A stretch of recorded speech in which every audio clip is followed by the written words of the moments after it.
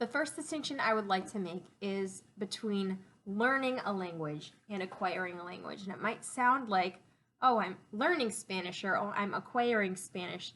They might sound like the same, but they're actually very different. And it's a very important distinction that I'd like to make. So, learning a language is a conscious process of gaining information about the language itself. So, think grammar, syntax, word order, punctuation, accentuation.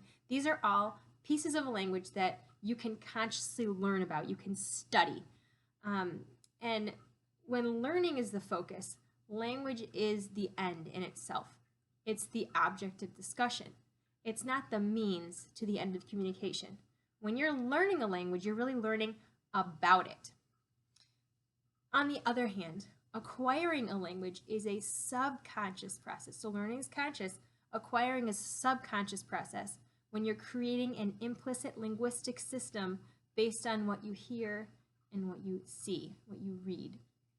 In short, acquiring a language is actually picking up a language.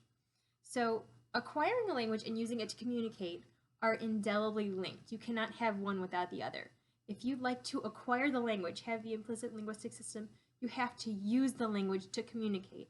And of course, in the beginning, you're not creating the language, but you're taking it in and you're absorbing it, and it's being used to communicate a message to you. So this distinction between learning and acquiring has a huge impact on how we choose to teach, what we choose to present to the children. So keep this in mind, and we're going to come back to it many times in subsequent videos.